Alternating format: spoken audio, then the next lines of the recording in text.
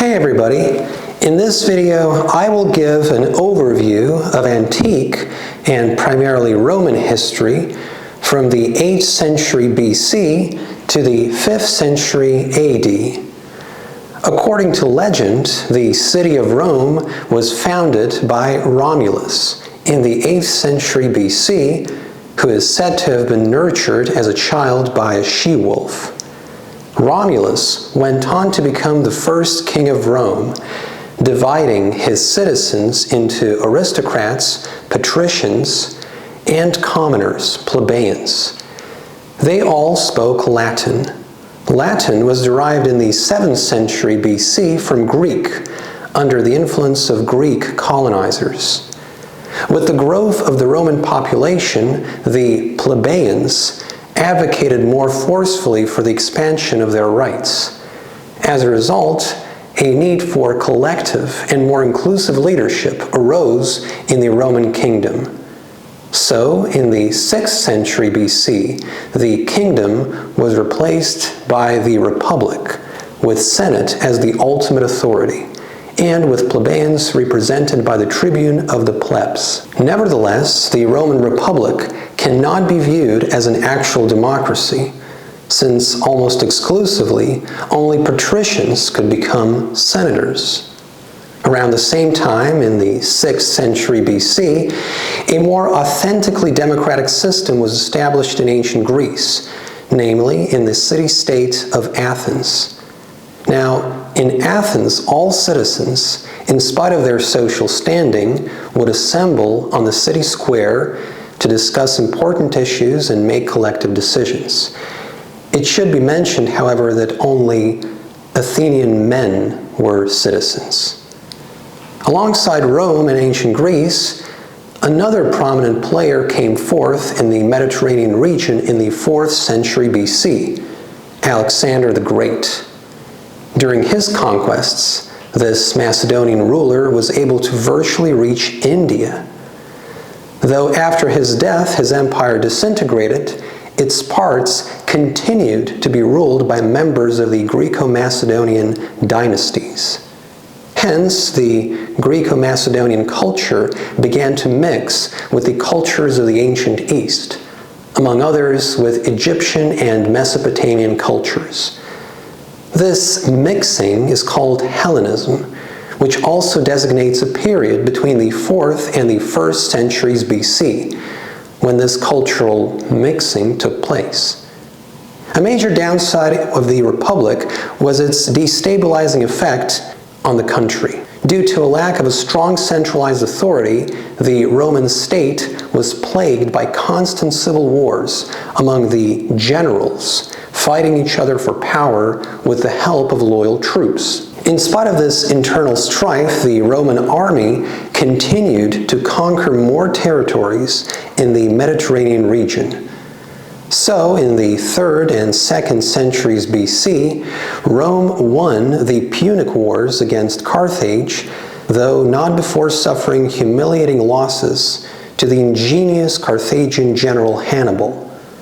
Ancient Greece fell under Roman control in the 2nd century BC. Constant military campaigns gave Rome a steady supply of slaves, thereby enabling to host gladiator fights. The large number of gladiators also facilitated gladiator uprisings, most notably the one led by Spartacus in the 1st century BC. In that same century, in one of the recurring civil wars, this time between commanders Pompey and Julius Caesar, Caesar emerged victorious.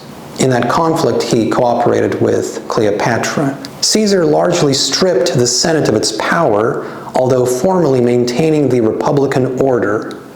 In reality, he became an autocrat. The senators, understandably displeased with the loss of power to Caesar, murdered him, ushering in a new civil war between Caesar's followers, Mark Antony and Octavian. In this conflict, Cleopatra aligned herself with Antony, who lost the war to Octavian. Octavian conquered Cleopatra's Hellenistic Egypt, putting an end to the period of Hellenism. This all happened in the same 1st century BC. The triumphant Octavian declared Rome an empire and became known as Augustus, the first Roman emperor. As a result of the continuous territorial expansion, the Roman state was now populated by many non-Roman peoples. Besides Greeks and Egyptians, these were Syrians, Jews, and others. Many Jews viewed Romans as occupants. In the 1st century AD, the protest against this occupation took the form of a new religious movement, whose founders stressed the coming kingdom of God on earth instead of the imperial Roman authority. He and his followers refused to worship the Roman emperor as a god and asserted monotheism, the belief in a single deity. For this reason, Jesus Christ and Christians were persecuted and crucified. Particularly sadistic killings of Christians occurred during the reign of Nero, still in the 1st century. Despite the anti-Christian repressions, Christianity spread quickly across the entire empire among different peoples and social groups. Eventually, the Roman authorities came to see Christianity as a perfect means to maintain the unity in the diverse Roman state. So, in the early 4th century, Emperor Constantine legalized the Christian faith in the empire and adopted it himself. Constantine also established a new capital in his eastern domains, the city of Constantinople, now located in Turkey. In the end of the century, Christianity was pronounced the only official religion of the empire. The diversity and deep divisions in the Roman state, however, took their toll and expressed themselves also in the realm of religion. So Catholicism formed in the western parts, whereas Orthodox Christianity was established in the east.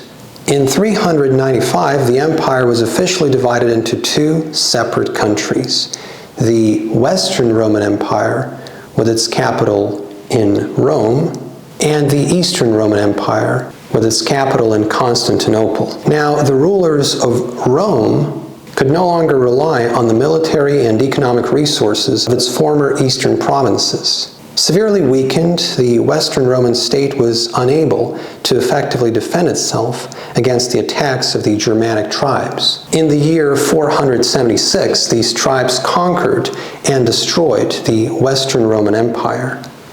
This signifies the end of classical antiquity and the beginning of the Middle Ages.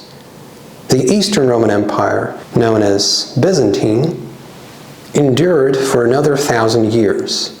I will have an overview of the medieval period in my next video, so do check it out. Alright guys, thank you very much for sticking around to the end, and I'll be seeing you in the future video.